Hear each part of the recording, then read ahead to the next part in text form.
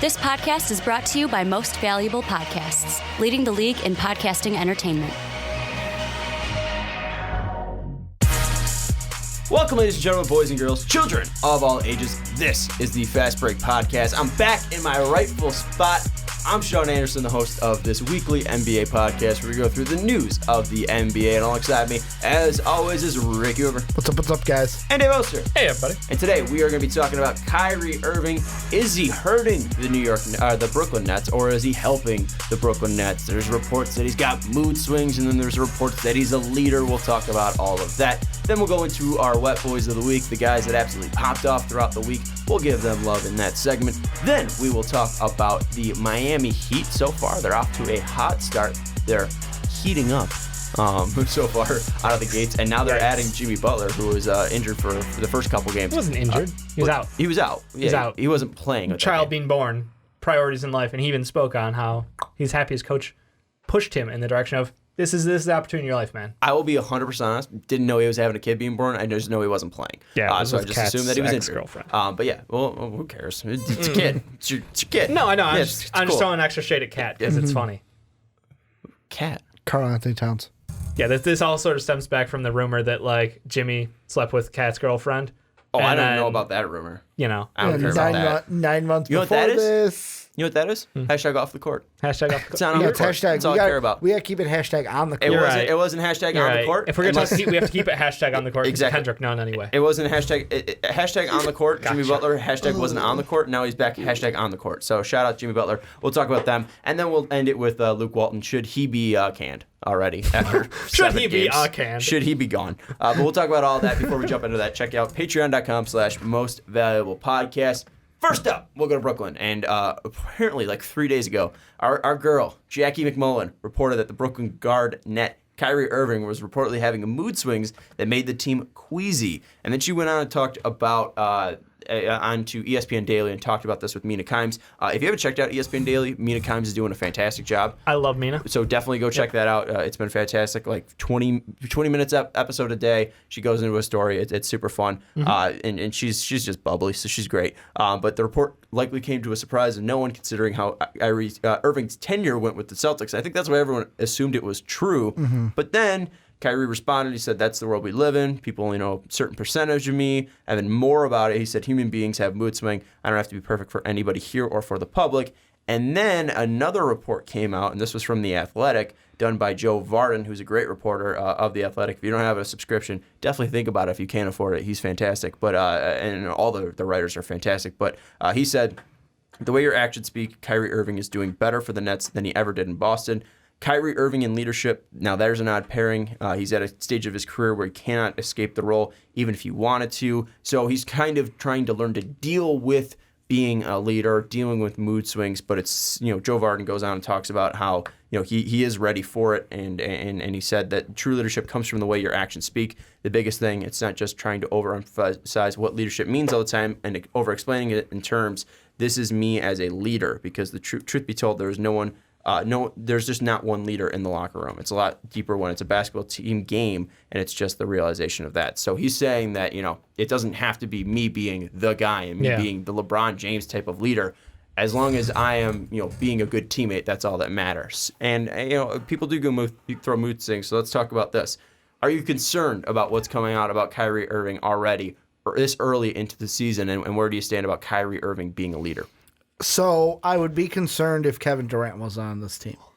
And the reason why I say that is, in my mind, I'm going to say this one way and then kind of explain it. Kyrie's never been the number one to me on a championship team. In order for a team to be successful, Kyrie's not the number one. And what I mean by that is, think back to the years that were good for Kyrie. He had a guy like LeBron James. You're the best player on this team. I can just go ahead and do me. He didn't have to deal with all the pressures of dealing with the media because it was kind of like you had that LeBron shield there. Whereas also, Kevin Durant, Kevin Durant's different, but Kevin Durant can be the shield from the media because even like KD on First Take was like, oh, well, the media doesn't like Kyrie Irving. I think Kyrie Irving does better when he doesn't have to deal with the outside stuff that comes with being the star, the number one guy, everything for a team. Something I want to add to that too is going to a place like Boston after you went to Cleveland, where Cleveland's just going to give you love because you're winning. Yeah. Where you go to Boston, that's title Expectations. town. Expectations are higher, and the media is critical. They're even critical on Tom Brady after he won 6 Super Bowls for that franchise. God, I wonder they're still going to blast him. I wonder how Kyrie would deal with the Chicago media. Yeah. I don't think he'd do too well. Like there's certain towns where it's like the fan bases and the media are their own animal. We defended Derrick Rose after a whole lot of horrible things. # off the court. So. Yeah, but he was drafted by us. He was homegrown, basically. Just saying, we hold on to our heroes. We idolize a lot. Yeah, Chicago's a little iffy. If you're winning, they don't really give a shit. And I think with at least that, there was the LeBron shield, but I don't think he was getting blasted in Cleveland anyways. Because as long as they're winning, I'm saying no, I know, but what I'm just saying is the reason that the media stuff came out was because they stopped winning in Boston. Yeah, I think that's the biggest thing. You Which make I a good feel point like that KD could be. KD could be that shield in Brooklyn like LeBron James was in Cleveland. I just worry though if they do start losing Dave, and obviously this is going to be 2 and 3 start. They're going to get a little bit of a pass, I think, this year too, just because KD's not there, and they obviously this isn't the full Nets team, but let's say KD comes back and they start losing. How would Kyrie be a fit in Brooklyn? Because I was listening to that podcast and Jackie Mack started talking about how this team is all about making sure that you have everything available to be the best you, and that you need to buy in to be successful there. And it might be tough for 3 outsiders in DeAndre Jordan, Kevin Durant, and Kyrie Irving to buy into that, since they weren't raised in that environment where you look at Spencer Dinwiddie. He came up with that mainly because he finally got his shot in Brooklyn. Karis LeVert was drafted and put in there. Karooks was drafted and put in there. Jared Allen was drafted and put in there. All the guys that are Joe Harris as well. He got his full feet set in Brooklyn. Yep. The guys that buy in have succeeded. Will Kyrie Irving, Kevin Durant, DeAndre Jordan, guys that have been in the league for a long time that have their routines, will they be able to fit into Brooklyn? That's the question we're asking. So with the media that Ricky pointed out, with Kevin Durant possibly being a shield, do you think that Kyrie Irving can fit into Brooklyn? I absolutely believe he can be a fit in Brooklyn. I think the biggest thing when it comes down to fitting in is, I don't think fitting in is what Kyrie Irving does. I think Kyrie Irving stands out, and that's what he's kind of been in his entire career. Is he wanted to be the guy even though LeBron was there. And again, you say that was more of a benefit that he had a bigger spotlight on someone else there. Even though he kind of reminds me of that little dog that barks behind a fence at a bigger dog. He's like, you can't touch me. I'm going to be as loud and annoying as possible. And then the gate opens up and he's like, what's up? It's just super quiet. And that's Kyrie Irving he's the ego. He says the right things. He went on about flat earth and all this ridiculous shit just to see if he could. I feel like he's just an interesting personality who is going to shine regardless of how you do it. He's not the guy who's going to fall in line, be quiet, and shut up and dribble the ball. Yeah. That's not who he is as a person. So asking him to fall in line with this Brooklyn Nets mantra and what got them going last year as a playoff team, I think it's asking for the wrong thing. It's not a shut up and dribble the ball though thing, right? No, that's not what we're getting to. They're not the Patriots. They're not telling people if you have a personality you're out of town. Yeah. This is just the way that the Nets won last year was team basketball, was incredible depth, great rotations, using the players you had for what they were able to give you at that time. And this year you have to see, all right, Kyrie Irving is the guy, so it's how do we work around him? It's no longer how do we coach this team out to be a 10 deep roster. It's we've got Kyrie here, and then we've got we gotta get Karis involved, we gotta get Spence in here, and then everybody else just kind of falls in line. So for me, it's mostly just a coaching challenge of understanding your new talent and figuring out how to put them in the best position to succeed. Because as a locker room guy, there is definitely going to be that situation where you do have the outsiders of Kyrie, Kevin, and DeAndre Jordan there, but I'm not really afraid of that because I think Kevin Durant seems like with him not on the court, he's more pally with guys on the bench. He's getting to know the second unit guys. He's getting to know the guys off the court better than if he's forced to play all his minutes with the first unit. And then, I feel like it's a good opportunity for this team this year. And you're right, Sean. The expectations aren't there this year. So if they struggle out of the gates, right now it's a 2-3 start. Say they end the season somewhere right around 500. I think most people in the organization are going to be okay with that. It's yes, we'd like to be better because imagine if we're this good without Kevin, how good are we going to be with him?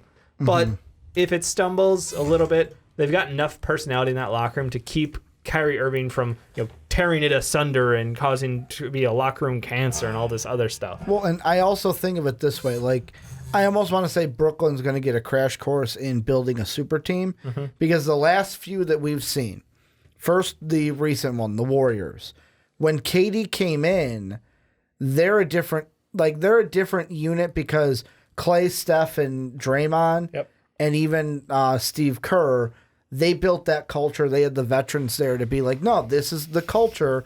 And plus, there was even some give, like even with Steph Curry, where it's like, you know what? It's your team. Yep. I'll take a back seat to you kind of a thing. It was like a very unique environment. But even look at the Miami Heat, building that super team with D-Wade, LeBron, and Chris Bosh. First off, someone's always got to give. There's always got to be something to give. But like, look at Miami. That first year, when they ended that first year not winning that title and losing to Dallas, it took something, even a guy like LeBron, to mature as a player. And Eric Spoelstra, year one with that Miami team, compared to the last one, was two vastly different people. Eric Spoelstras, where the first year it was kind of like the big three having a huddle, and Eric Spoelstra's trying to say, hey guys, I'm the coach. Yeah. To where the last one's like, no, they came to Eric Spoelstra because he's the coach. This year that's going to benefit is KD not being there. The expectations being low, Kyrie and KD too, but he's got to do it off the court right now, them gelling in without the expectations being high, because once they come back next year, it's championship expectations for this team. Yeah. And if they don't meet that, it's going to be a failure in a lot of people's eyes. Mm-hmm. I think that they can meet that expectations, though, because from what I heard, all three of them were really buddy-buddy when they played in the Olympics in 2016.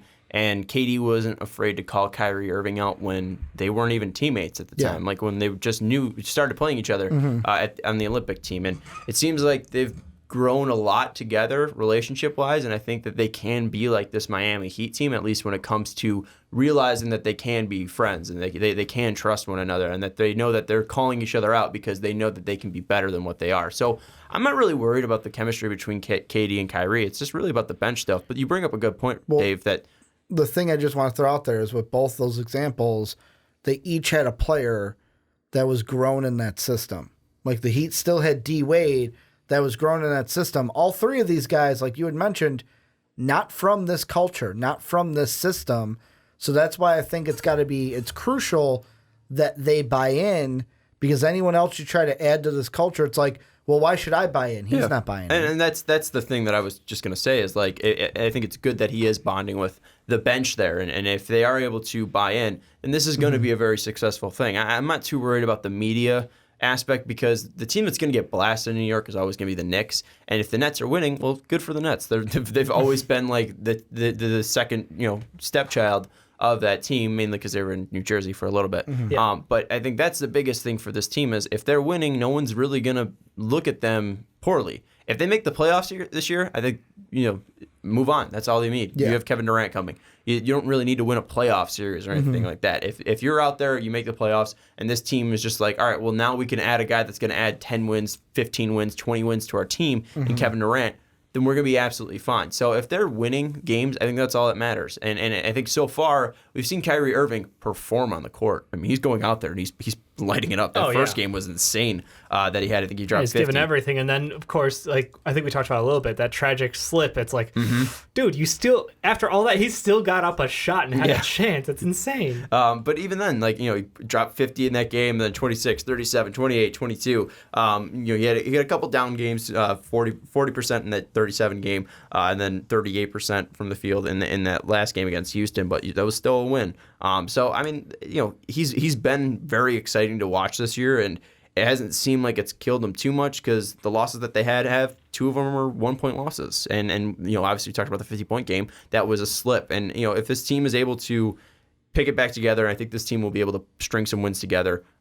They're playing some tough teams. Cat was playing phenomenally when they played them. The Indiana team, I think people are sleeping on them still. And then Houston as well. We obviously talked about how good they can be, and they beat them. So, I mean, it hasn't been like a super easy schedule. So this is a team that's definitely interesting, and I think that Kyrie, the fact that this came out right away, just unfair to him. Yeah. Like, yeah, people have mood swings. Like, I have horrible mood swings. You guys know that I could be, like, your best friend and then also be, like, screaming at you and, like, are you mad at me? Yep. Like, I'm a super impatient person. I know that. But, like, you know, at the end of the day, who I am. So, overall, I think that it'd be unfair to be like, yo, Kyrie Irving's going to fail because of what happened in Boston.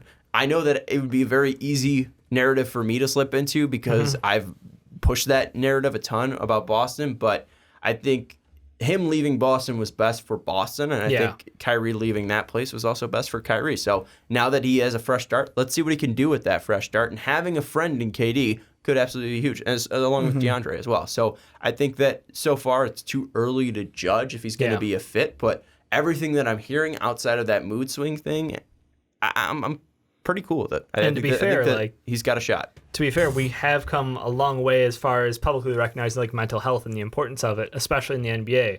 When you know, a couple of years ago, it was not even a thing, and then it's like, okay, let's acknowledge it. It's a problem. It's something that we're going through. It's something that a lot of people are going through. They're just not talking about it. And I think that's why, like, mood swings and that stuff is like, yeah, I wouldn't be surprised if someone like him was taking, you know, medication to try to balance out these things. If it was more common than anyone actually thought. So I think it's more accepted now. Like 10 years ago, if you said mood swings and whatever, and he's a locker room problem, he'd get a whole lot more shit for it. Nowadays, I don't really see it as a horrible thing.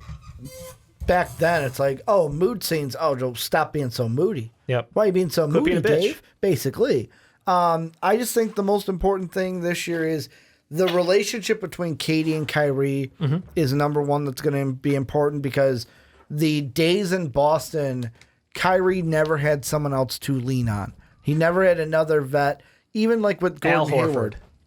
I'm okay, Al Horford, but I mean like the professional veteran. Somebody who's like out there, and it's like Kyrie was number one. He never had an equal, I'm going to say. Where Al Horford was good, but Al Horford isn't on the same level as Kyrie is stardom, where Kevin Durant is, if not higher than Kyrie. 110% higher. Yeah. But I mean, because of that, they can gel together, and that's how do they need to buy into this culture, because if they don't, it ain't going to work. It ain't going to work if they don't buy into the culture with the Nets. If you guys just heard that sputtering noise, that's Dave's water bottle. Yeah, I noticed. You didn't know what it was. I did as well. Okay. I'm just pointing it out to the people who might not have known that that's Dave's water bottle going. Yikes. Gotta do it in the mic so they can all hear it. Dave. Please don't do it in the mics. I can't help it. We've been in this room for 5 hours. Final topic, or final at least question is there anything that's jumping out to you that is a major concern about this Nets team? Because so far, for me, I haven't seen anything jumps out. This is just a team that's played 6 games so far, 5 games so far, and I think this is a team that, you know, they're adding a star. They have to get their feet wet. Let's see what they're doing in a month. No, for the most part, they're doing okay. Karras a little turnover heavy right now, but he's also playing in a different role than he was when he picked up last year. Joe Harris still needs to get more involved in this offense. And probably the last one is just they need to shore up their rotations just a smidge. They've been kind of bouncing around players, and I'd like to see them keep shooting on the court more often. I feel like they put themselves in situations where Kyrie is the only guy who can create it on the floor at times, and that's like, we can do better. We can do better. I think it's too early to call. Like, if this was an election, I would say too early to call, because it's like we're only 5 games in. Kevin Durant's not even going to play this year. Come back to me at the end of the year. Like, I don't even think you're just washing the whole year. No. It's not a wash of the year. It's don't say come back at the end of the year then. No. I mean that by come back at the end of the year of, I don't expect them to miss the playoffs, but let me see the result before I make that decision, kind of a thing. Because unless this team is like, by the trade deadline, there's 20% chance they make the playoff, then okay, we can have that discussion. But until then, like 2 and 3 after 5 games, not a big deal. Let's see what's going on middle of the season, and especially after the season, because the big thing is when KD comes back, how this team performs. Let us know what you think about the Nets down in the comments below. Do you think that they're in trouble? Do you think they're not in trouble? Do you think Kyrie's a fit? Do you think he's not going to be a fit in Brooklyn? Let us know what you think down in the comments below. I think they treated him a little bit unfair because it was only like 3 games. But let us know what you think down in the comments below.